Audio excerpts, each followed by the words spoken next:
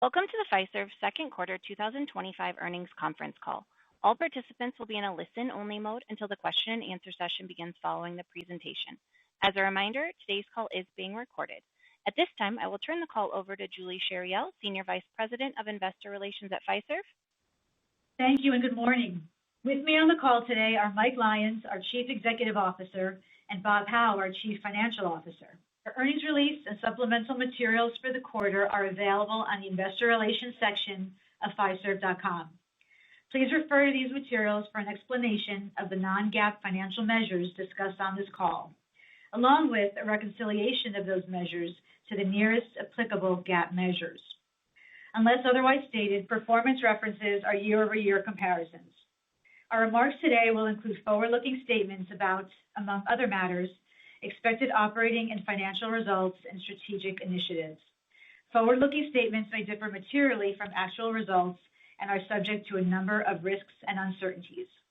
You should refer to our earnings release for a discussion of these risk factors. And now, I'll turn the call over to Mike.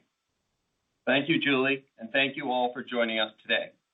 As you've seen, we had a strong second quarter, fueled by our continued focus on executing Fiserv's mission of delivering superior value for our stakeholders through leading technology, innovation, and excellence in everything we do. During the second quarter, we grew sales, clients, and our new business pipeline. We announced several exciting new partnerships and acquisitions, introduced innovative capabilities like FIUSD stablecoin, and made solid progress on our key product initiatives, including Clover, Commerce Hub, Cashflow Central, and Experience Digital, also known as XD. We did this all despite an uncertain macro environment during the quarter. For the second quarter, we delivered 8% adjusted and organic revenue growth and strong 16% adjusted EPS growth. We expanded our adjusted operating margin and generated good free cash flow. Importantly, we returned $2.2 billion to shareholders in the quarter by repurchasing 12.2 million shares, or 26% more than we repurchased in Q1. And, as Bob will cover later, we have increased our 2025 share repurchase guidance to approximately 130% of free cash flow. This means we expect to continue actively buying shares in the second half of the year, all while staying within our targeted leverage range. Before Bob walks you through our financial performance in more detail, I'd like to provide some color around the refinements we made to our guidance and share some important business highlights from the quarter. The 2025 guidance, which called for 10 to 12% organic revenue growth on top of the 16% growth we achieved in 2024, had always assumed a significant growth ramp on the back half of the year.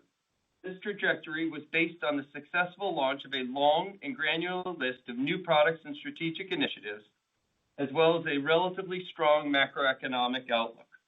Our updated guidance reflects the fact that some of those launches and initiatives are taking longer than we had planned.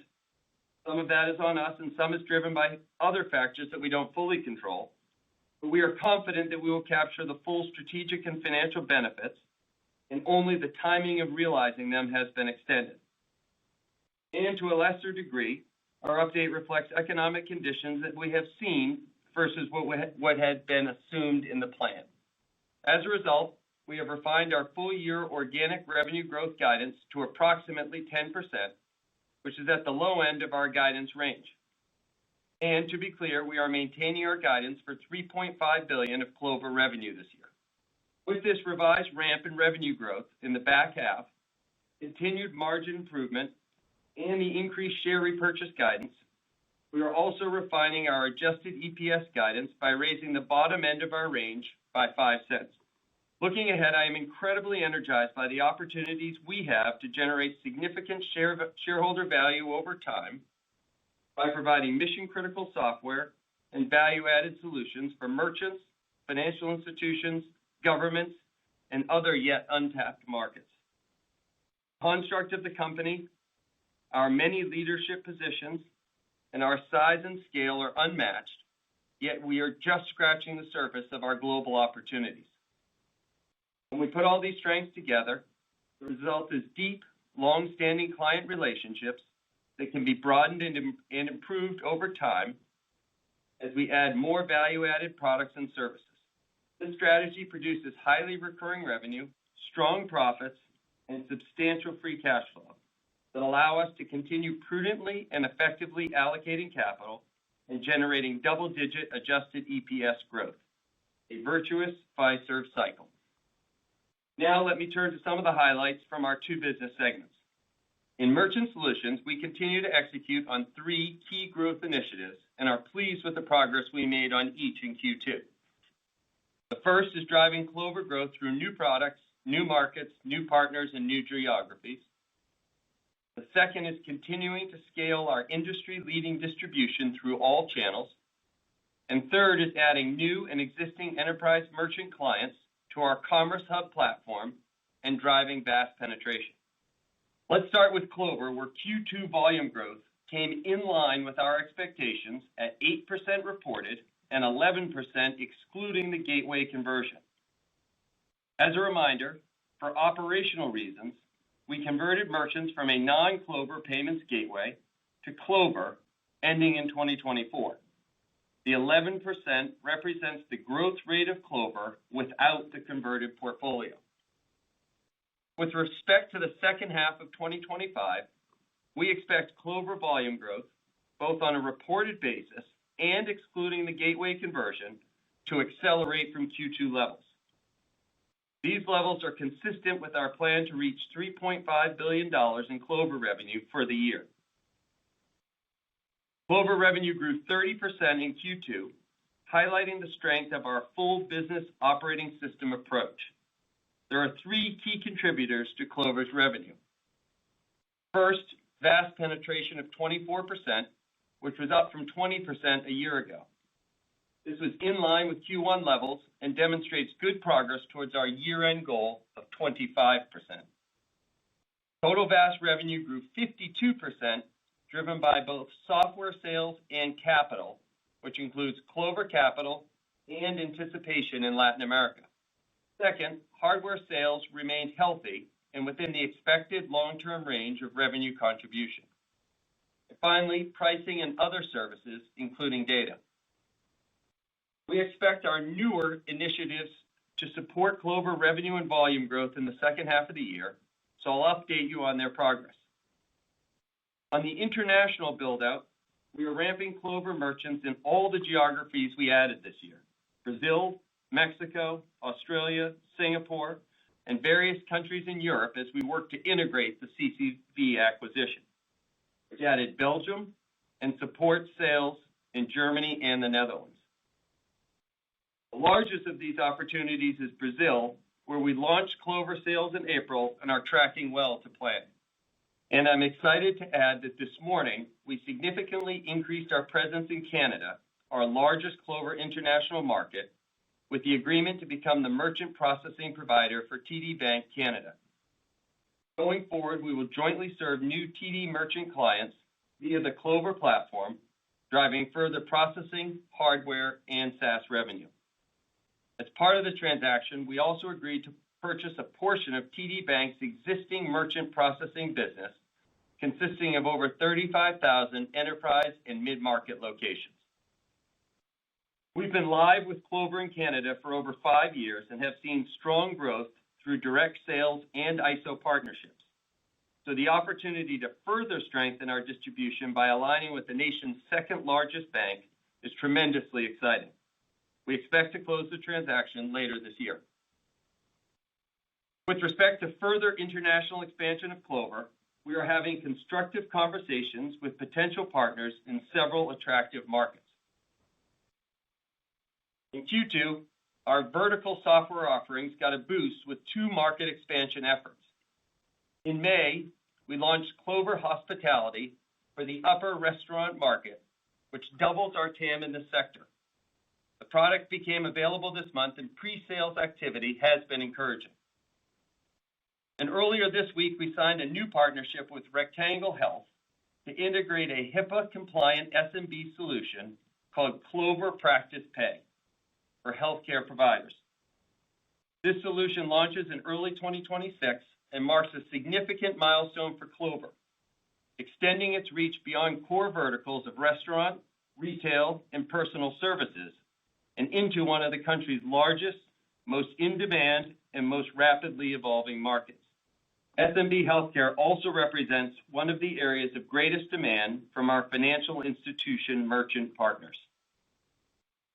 This agreement reinforces our confidence in the ability to scale Clover into additional verticals where we can use our industry-leading technology or partner to design operating systems for SMBs across industries, creating additional TAM over time.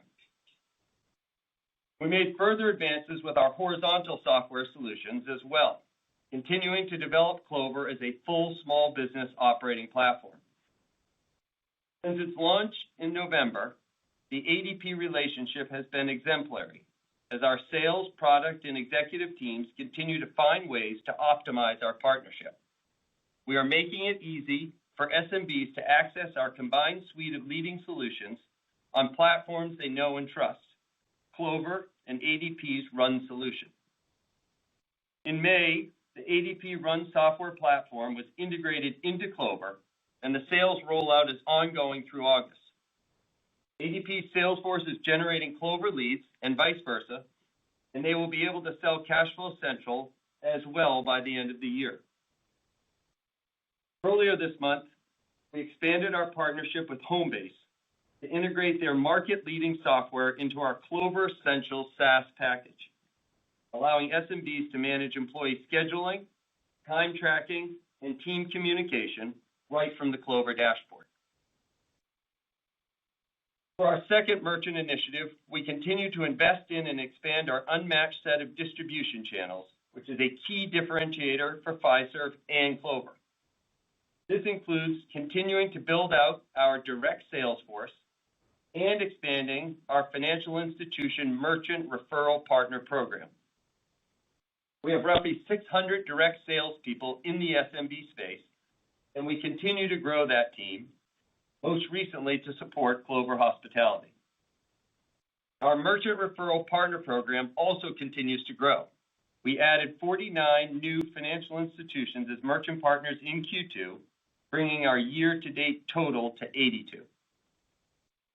In June, we reached an agreement to acquire the remaining 49.9% of AIB Merchant Services, our long-standing and successful joint venture with AIB Bank in Ireland.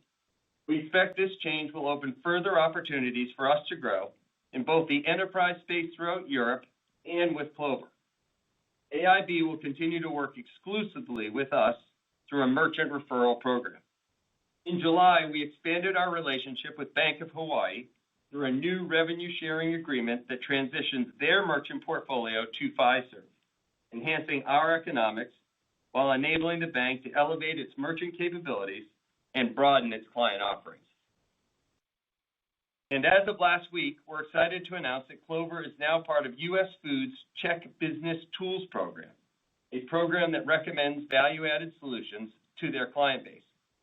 Being a recommended technology vendor for US Foods further bolsters our Clover distribution and helps accelerate our restaurant strategy, including Clover Hospitality. Our third initiative is in our enterprise business, where we were excited to sign UPS as a client in Q2. We will be providing a suite of payment products operating on our Commerce Hub platform to the UPS store to support their 5,400 plus locations in the United States.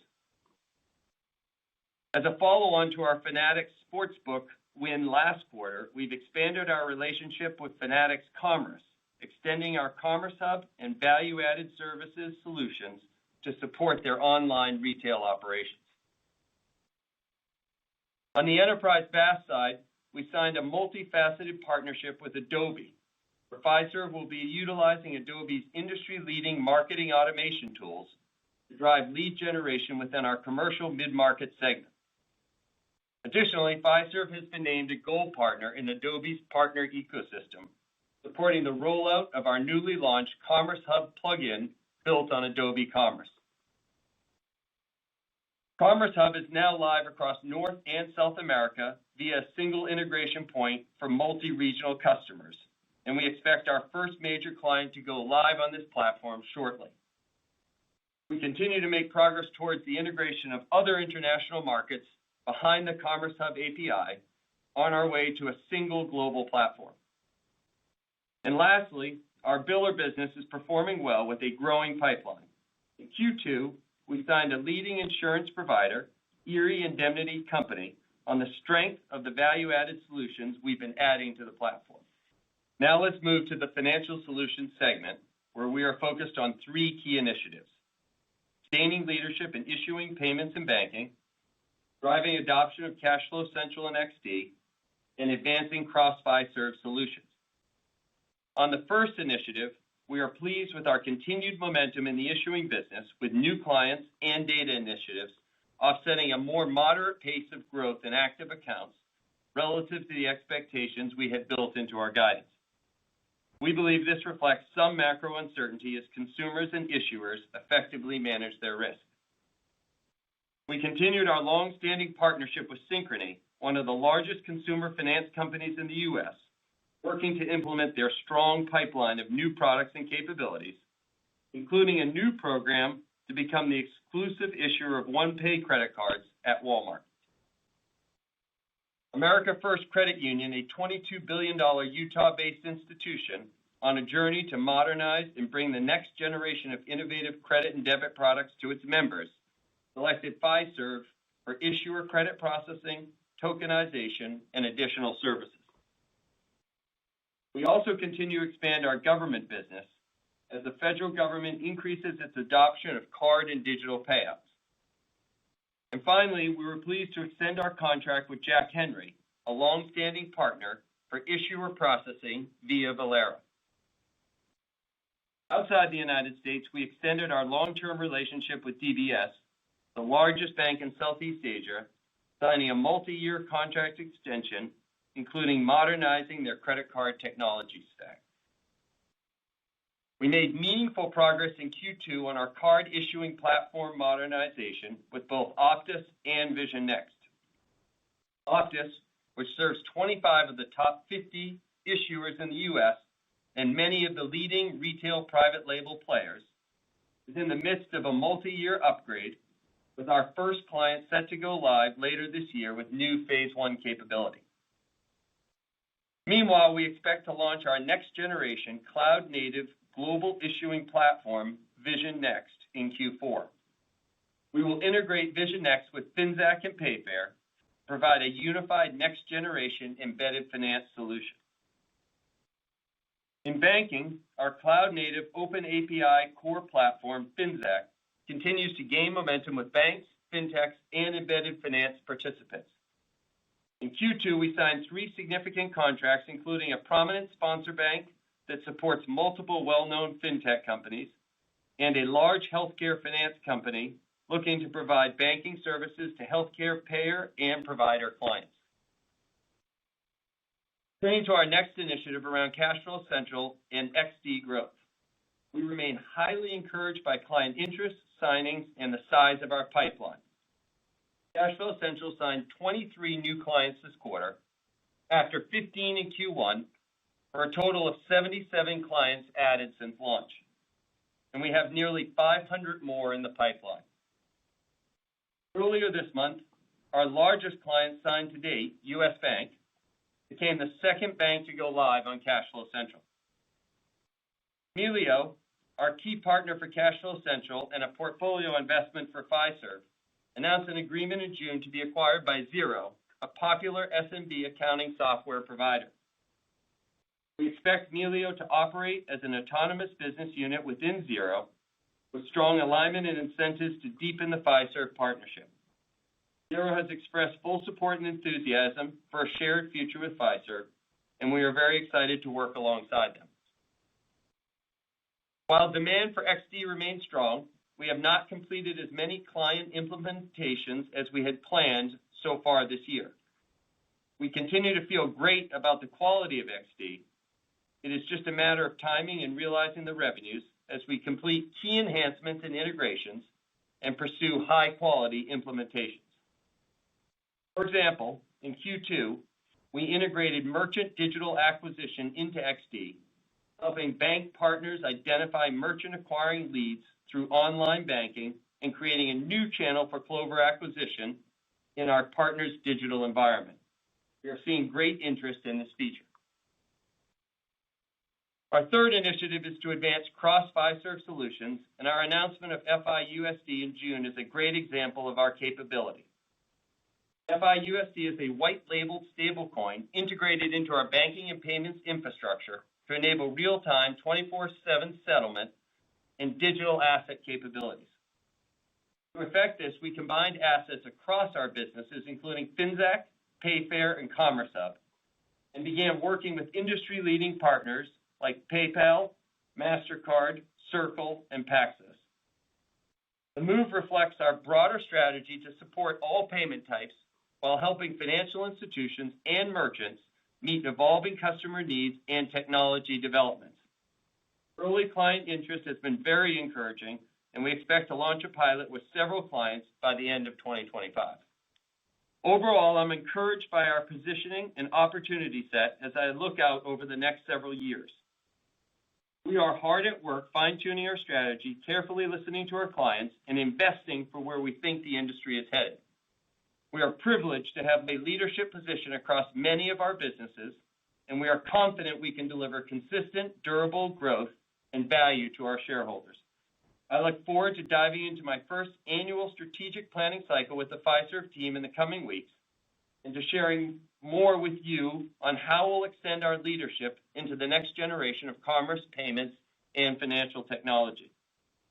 Finally, I want to thank our talented employees for their continued hard work and commitment, which contributed to our achievements this quarter, and to Fiserv being named one of Time 100 most influential companies.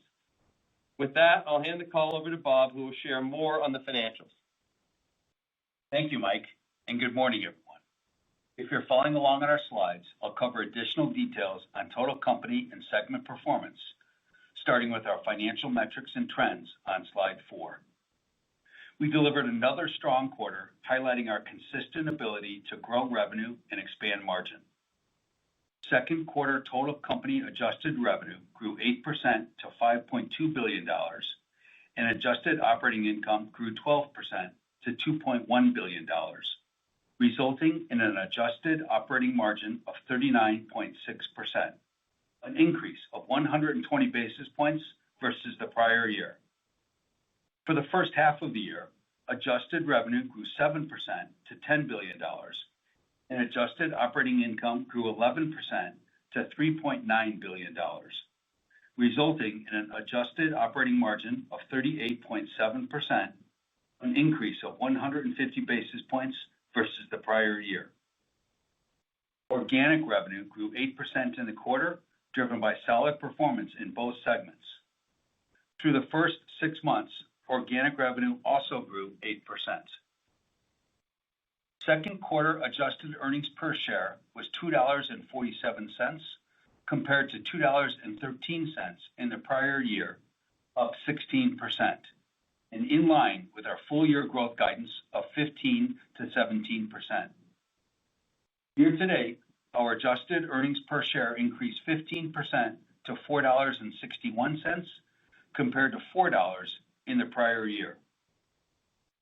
Free cash flow for the quarter was $1.2 billion and $1.5 billion for the first half of the year. As we said in previous earnings calls, we expect an increase in free cash flow in the back half of the year, which reflects typical seasonality for us, including the timing of inflows related to the Green Tax Credit initiative. We continue to expect approximately $5.5 billion of free cash flow. Turning to performance by segment. Starting on slide 5, organic revenue growth in the Merchant Solutions segment was 9% in both the quarter and year to date.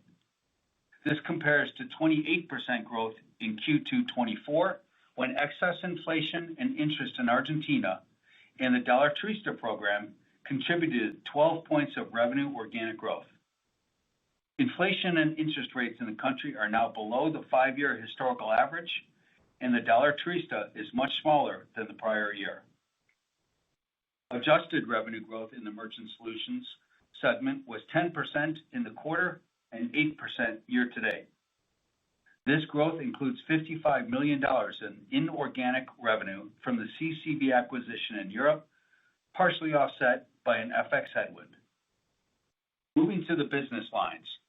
Small business organic revenue growth in the quarter was 9%, while adjusted revenue grew 11% on 9% volume growth, which includes volume from our recent acquisition.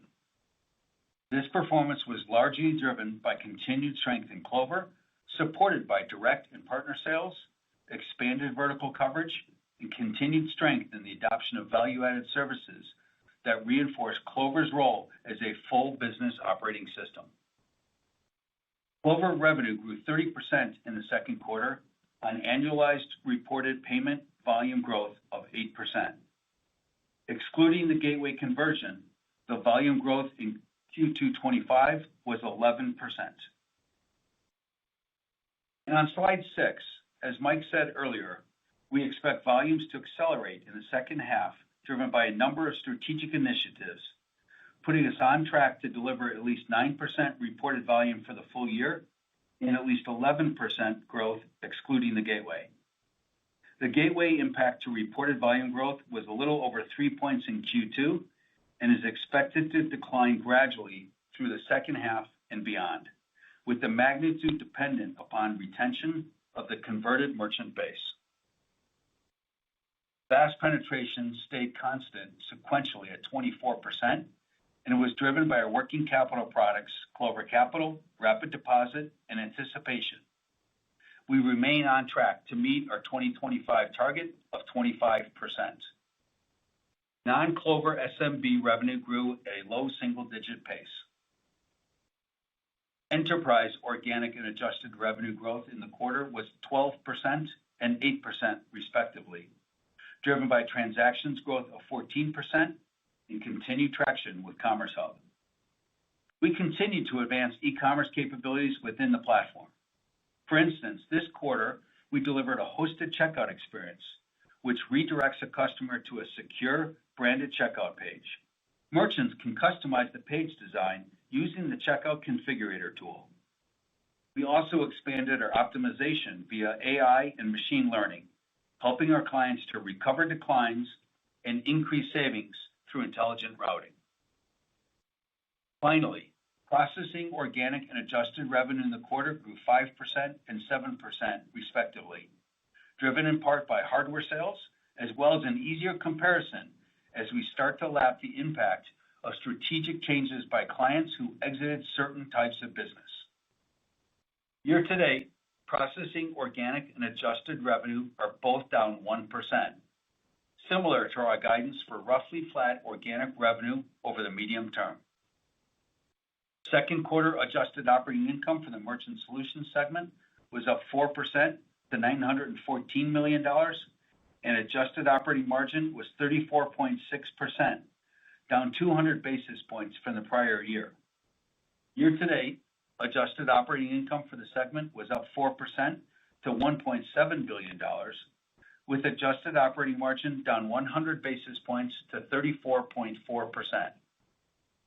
The decline in Q2 adjusted operating margin reflects multiple factors, including investments in marketing and sales and distribution, the impact of the CCV acquisition, and increased investments in new software and hardware.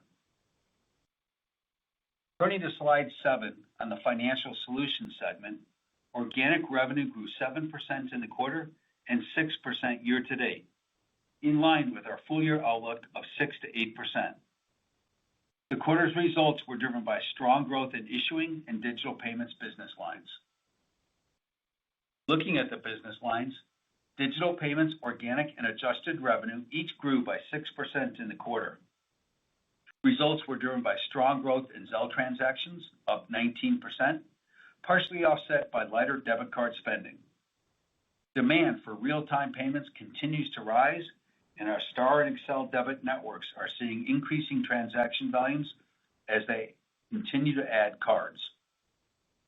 In issuing, organic and adjusted revenue grew 13% and 14% respectively in the quarter. This above-average growth was driven by sales of our data and analytics, which is relatively new offering in its early stages of commercialization. While we're excited about our long-term prospects here, revenue is expected to be intermittent as this project-based market matures and will not drive this level of consistent revenue growth each quarter. New verticals such as healthcare and government continue to ramp, while our education loans business just completed a migration cycle for a new portfolio of accounts. As a reminder, while Q2 represented our first full quarter of revenue since converting the Target Circle card portfolio in March, that growth was offset by the loss of a large retail card portfolio as that client was required to move to its bank's processing partner.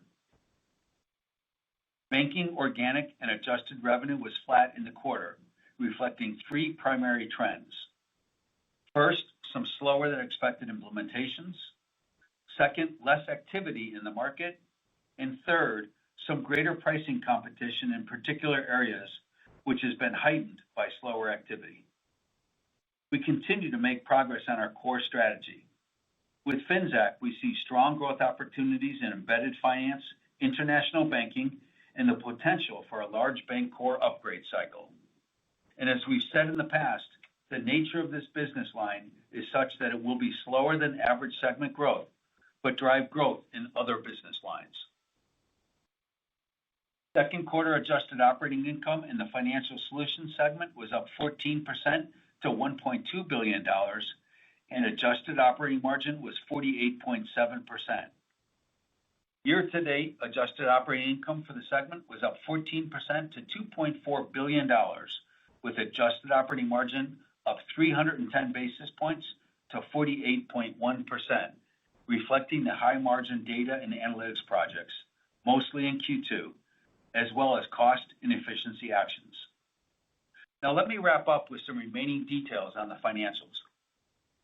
The corporate adjusted operating loss was $99 million in the quarter and $249 million year-to-date, in line with our expectations. The adjusted effective tax rate in the quarter was 18.9% and 18.5% for the first half of the year, and we continue to expect the full year rate to be approximately 19.5%.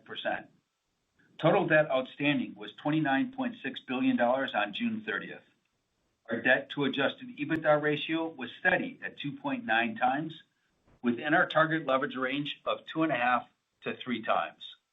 During the quarter, we repurchased 12 million shares for $2.2 billion, bringing our total cash return to shareholders for the last 12 months to nearly $6.9 billion.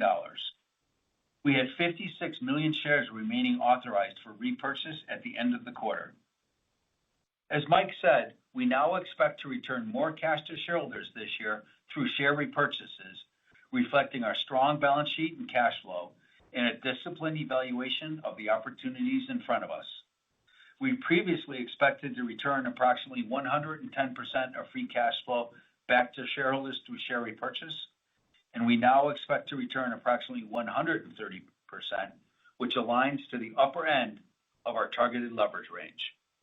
We are raising the bottom end of our adjusted earnings per share guidance range to $10.15 from $10.10, while maintaining the high end of the range at $10.30. The change reflects the refining of our organic revenue growth expectations to the bottom of our prior guidance range, offset by the benefit of higher share repurchase activity. We continue to expect an acceleration in organic revenue growth for the second half of the year, particularly in the Merchant Solutions segment. Based on this, we expect both segments to grow toward the low end of their guidance ranges for organic revenue growth, with Merchant Solutions towards the low end of the 12 to 15% organic revenue growth outlook for the year, and Financial Solutions organic revenue growth at the low end of the 6 to 8% range. The net effect will be expected total company organic revenue growth of approximately 10% at the bottom end of our original guidance of 10 to 12%. Lastly, we're modifying our adjusted operating margin guidance by 25 basis points, guiding to approximately 100 basis points, rather than at least 125 basis points of adjusted operating margin expansion this year. The change reflects the projected impact of the 4 recently completed acquisitions, the refined organic revenue growth rate, and investments to support new product launches and implementations. We anticipate margin improvement on these acquisitions as we work through integration and synergies that will benefit next year and beyond. With that, I'll turn the call back to the operator to start Q&A session. Operator, let's open the line for questions. Thank you. We would now like to open the phone lines for questions. As a reminder, for today's call, please limit yourself to one question to ensure ample time to answer as many questions as possible. If you would like to ask a question, you may press star 1 on your phone. If you would like to withdraw your question, press star 2. Our first question comes from Timothy Chiodo from UBS. Please go ahead. Great. Thank you for taking the question. I want to start by digging into Clover Capital a little bit more. So you've talked about being meaningfully underpenetrated versus some of the peers. When we look at Toast and Square, we would agree that you are well below their penetration levels in capital. Could you talk a little bit about some of the activities that you're doing to unlock that TAM? In other words, we gather that with some of the wholesale ISOs or potentially bank partners, you're not able to access the full set of merchants to sell them Clover Capital, and we gather there are things that are happening to help unlock some of that. Maybe you could put some context around that level of penetration today and where you could see it getting to over the medium term. Thanks. Yeah, thank you for the question, Mike. First of all, we're pleased with the progress we made in Clover this quarter, continue to be on pace for $3.5 billion of revenue this year, and the growth plan around that is, as we said over the last several months, is a combination of horizontal expansion, added home base this quarter, vertical expansion.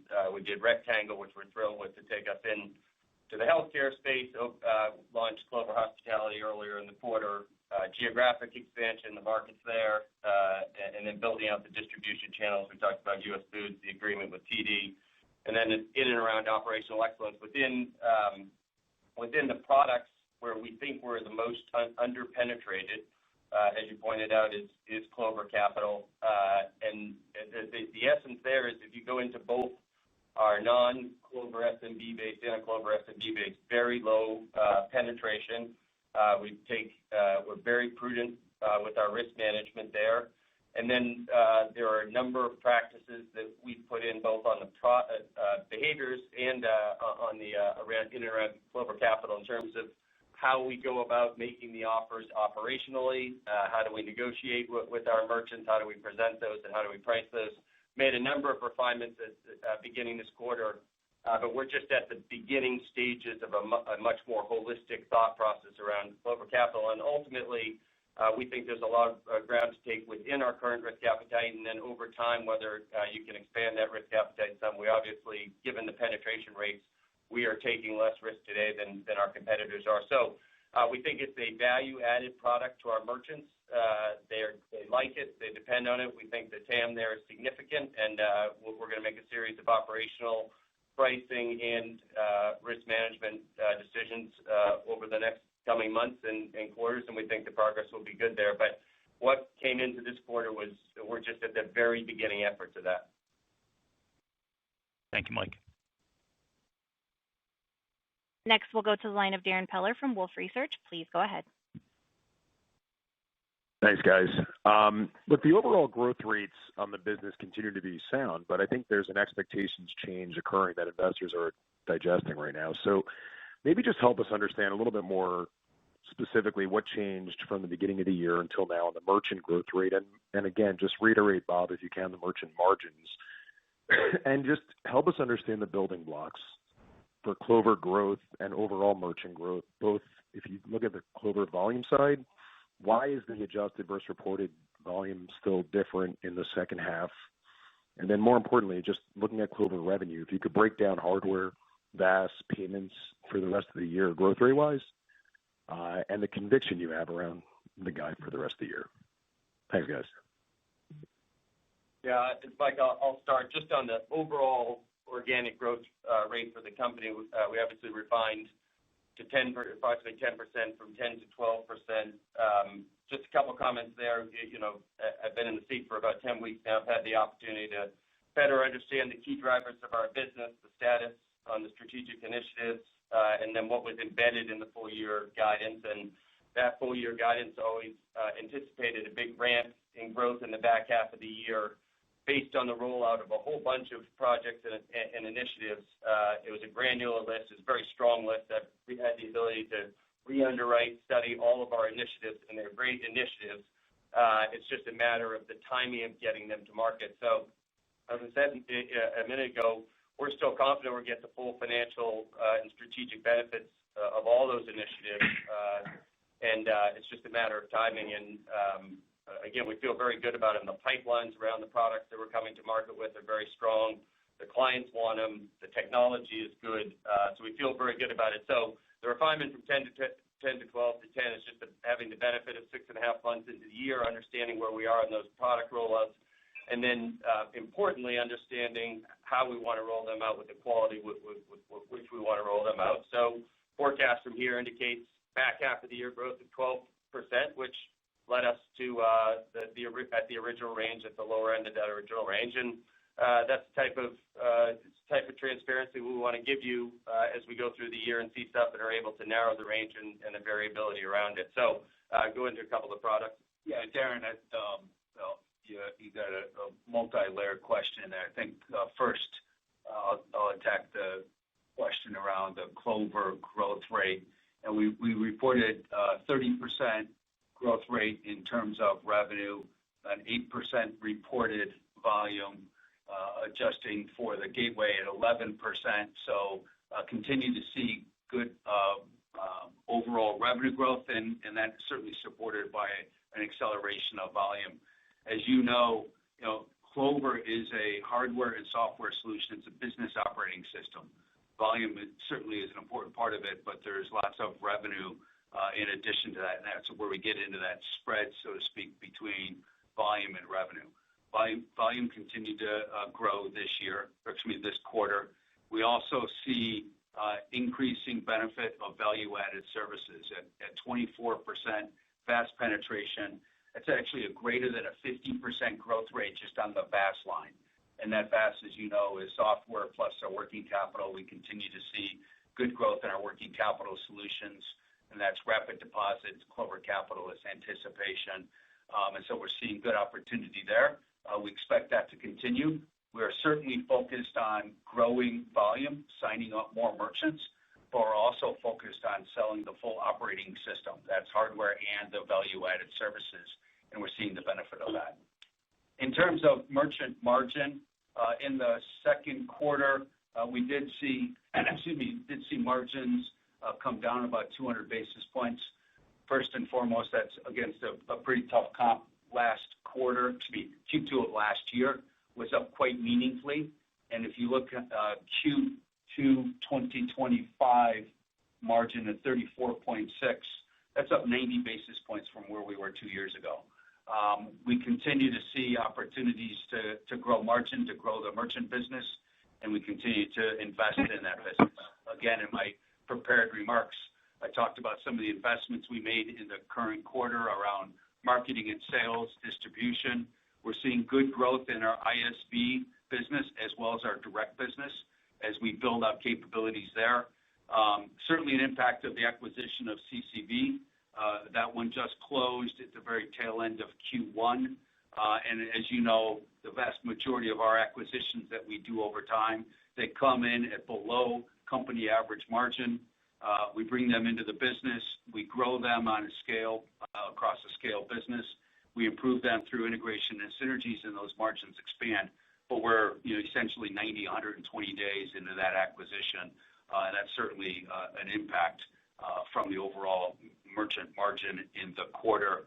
And then last thing I'd talk about is an increase in investments in both software and hardware. We talked a little bit about some of the new vertical software we launched last year. We've got Clover Hospitality. If you think just about the announcements today of things that have transpired over the last 90 days, a new partnership with Homebase, which is an expansion of our horizontal software capability. New announcement with Rectangle Health, adding a new vertical in healthcare.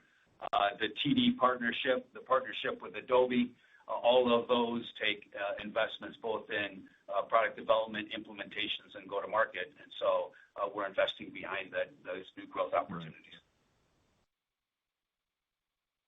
Thanks, guys. Thanks, Darrin. Next, we'll go to the line of Tien-Tsin Huang from J.P. Morgan. Please go ahead. Hi, thanks a lot. Just want to get a little more detail on what initiatives are being extended exactly. And I think, Mike, you mentioned that some of it was on Fiserv. Can you elaborate on that and what you're doing to address it? Is it a budgeting issue, or is there something more specific to that? Just trying to, like Darrin asked, get a little bit more understanding on your conviction on the new outlook. Yeah, as I was just saying, we went into the year. The year was built on a back half of the year plan with a lot of granular, very attractive, very compelling initiatives. No major one or two items, but a very long list of initiatives. And as you go through the planning and have the benefit of half the year, and you look at where the rollout of those initiatives are in terms of timing and how we want to do it, in terms of quality for the client, scalability, and a client-first mindset. And then you roll forward the rest of the year, it puts us at the bottom end of the original 10 to 12% range just in getting those products to market and realizing the revenues. There isn't a quality issue with them. It's not products that have gone to market and not generated the revenues. We thought it's just getting the products to market. And as I said, some of that we control. We can execute faster, better, greater sense of urgency. And some of it we don't because we're integrating with partners, contract signings, how do people respond to an uncertain macro in the second quarter, obviously more clear now. So lots of factors that go in there.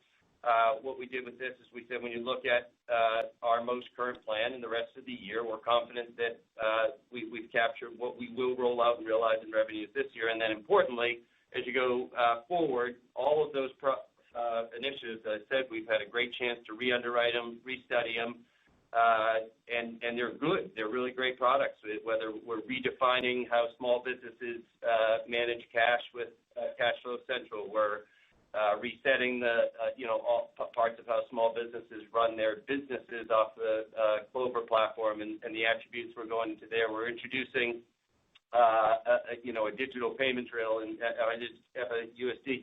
These are all great products, resetting our digital platform and banking.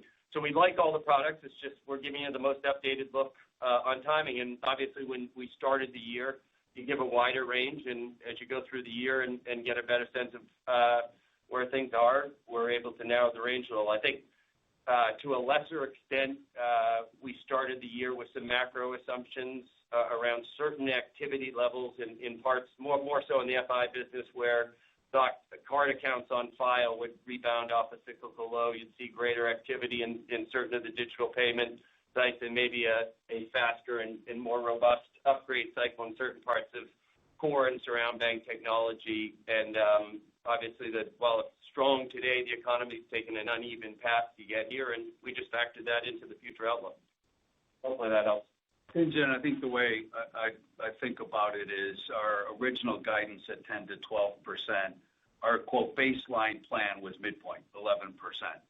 To get to 12%, we factored in the opportunity for a slightly better macro environment, a little bit faster business, some of the credit and core surrounds that Mike just talked about.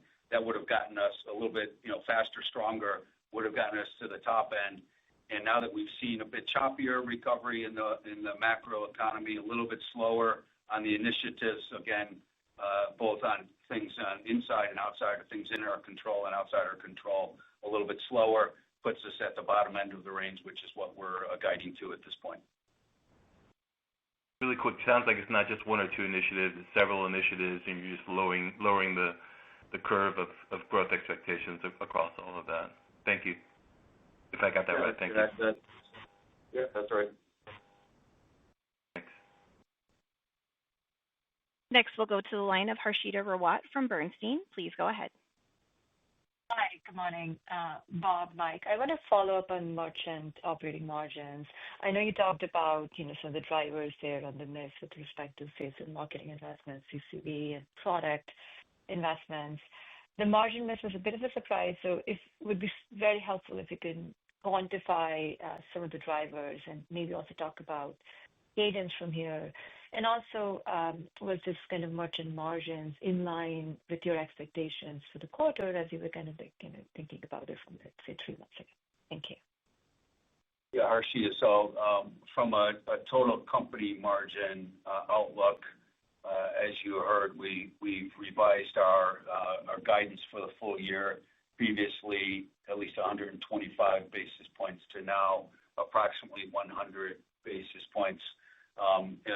Certainly an impact. Again, this impacted merchant margin in the quarter, but also impacted full year outlook as we get 9-10 months of revenue from those acquisitions.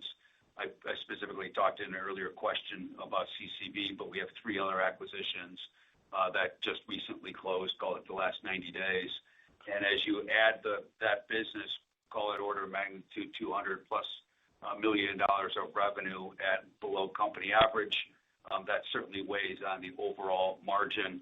Add to that we're now at a 10% organic growth, so we don't have quite as much volume to help override or offset some of that some of that M&A activity caused us to take the full year down from that 125 to 100 basis points for the full year.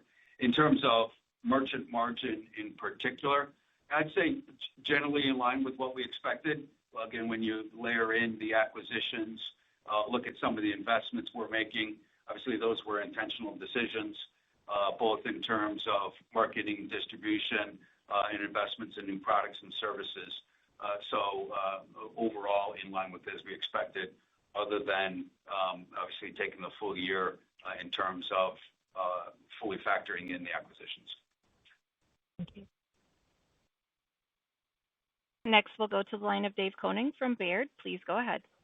Yeah. Hey, guys. Thank you. And, just looking at merchant again, just the pure math of revenue growth of 9% in the first half and 12% guidance for the full year puts the second half at mid-teens.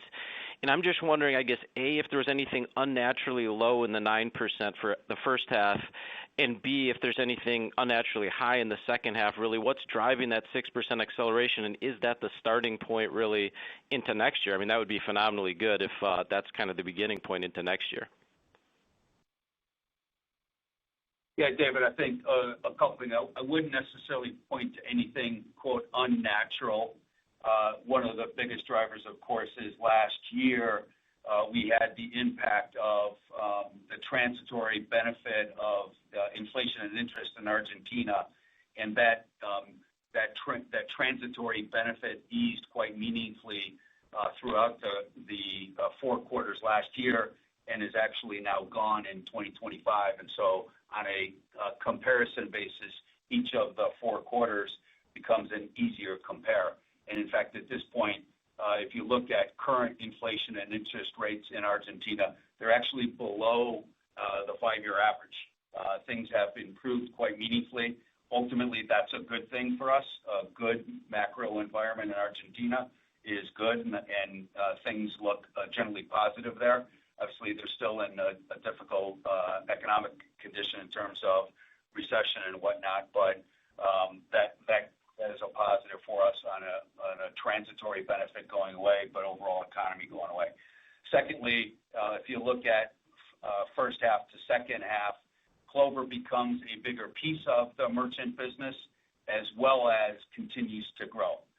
The second quarter was at a 30% revenue growth. We need approximately 30% on a full year to get to the $3.5 billion. That's a nice growth rate because it was growing last year, and so that gives an extra lift overall to the merchant segment on a first half, second half basis, just by continuing to grow at that 30+%, given good FAS and other benefits. The second half, we'll get more international expansion. Brazil is going well. That continues to grow nicely. That one of our 5 new countries that we expanded Clover to.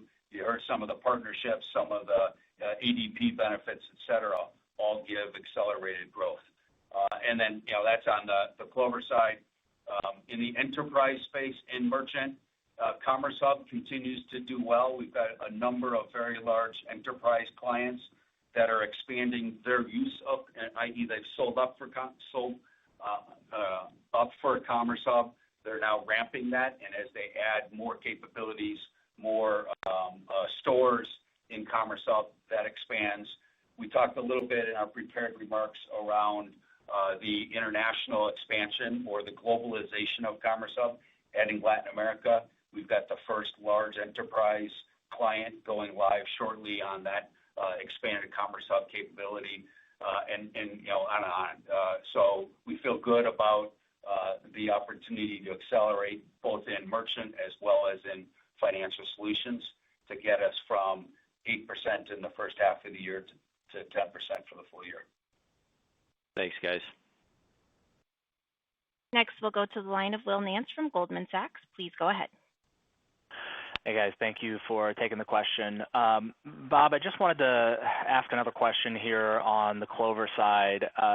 You expressed a lot of confidence in the ability to hit the $3.5 billion revenue target in 2025.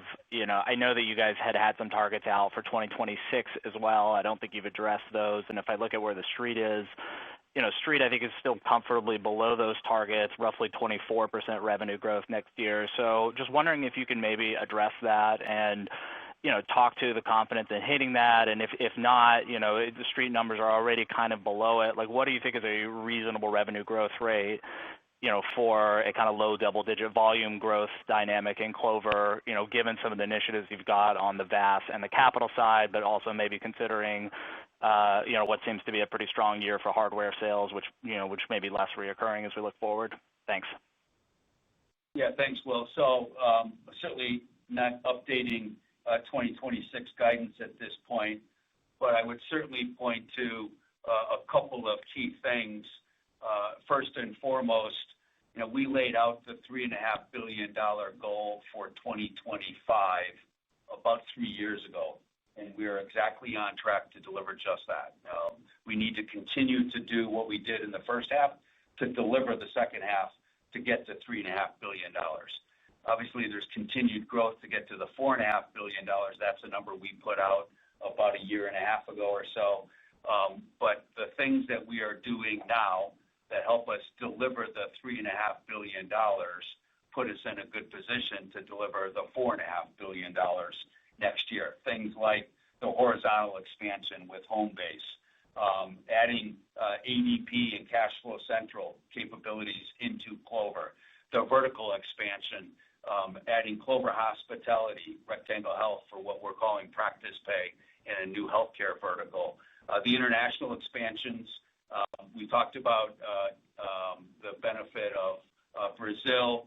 We continue to see growth across all 5 of the new international regions. It's very early stages, so you're getting a little bit of benefit this year. That continues to accelerate into 2026 and beyond.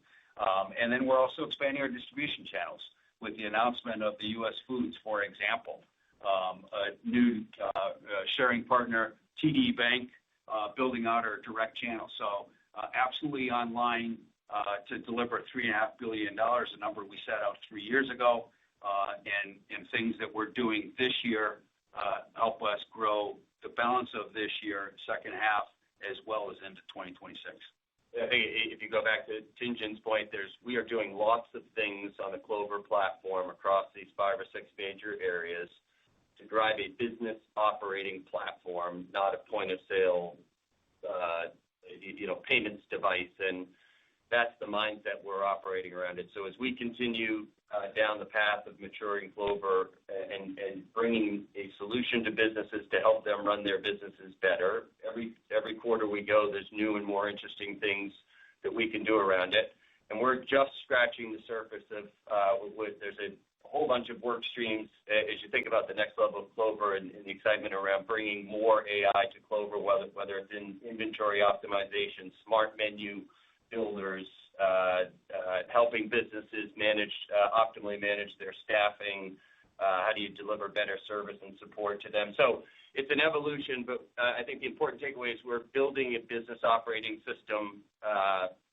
The TAM in the United States, we're less than 10% penetrated there. We're almost zero internationally. And we're going after an opportunity to help businesses run better, not some type of race on a point-of-sale software, to the point-of-sale hardware software device. So that's the approach we're coming at it with, and it's exciting. Clover is an incredible platform. And Will, just to add to that, overall, we talk about Clover's operating system. It's a payments, it's a software, it's a hardware solution. Your question about hardware being good growth this year, absolutely. Your comment about that will not likely reoccur, I'll gently disagree with. This is a hardware business with software and payments. First of all, we make good margin on our hardware. It is not something we, quote, give away. It's not a loss leader. And our hardware, if you look at the hardware revenue as a percent of overall Clover revenue, it's been relatively consistent in kind of the mid-teens range for a few years. We continue to invest in developing new hardware. We think we've got a best-in-class, world-class hardware, and we continue to build out that capability and provide that best-in-class hardware to our client base. So we think that continues to sell into the future. Got it. That's helpful color. Appreciate it. Thanks, guys. Thanks, Will. For our final question, we'll go to the line of Andrew Jeffrey from William Blair. Please go ahead. Thank you. Good morning. Appreciate it. A question on Clover value-added services and maybe just the competitive environment.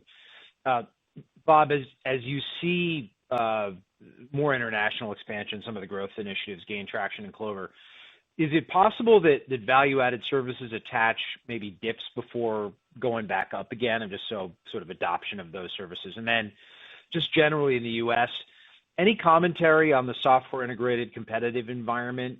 Is it stable? Is it changing a little bit at the margin? Any help there would be great. Thanks. Yes, Mike, Bob can come back in on it. Obviously, what I just talked about is the continuing to serve as a business platform. We have to continue to build value-added services within the VAS book, and there's a tremendous amount of focus around that.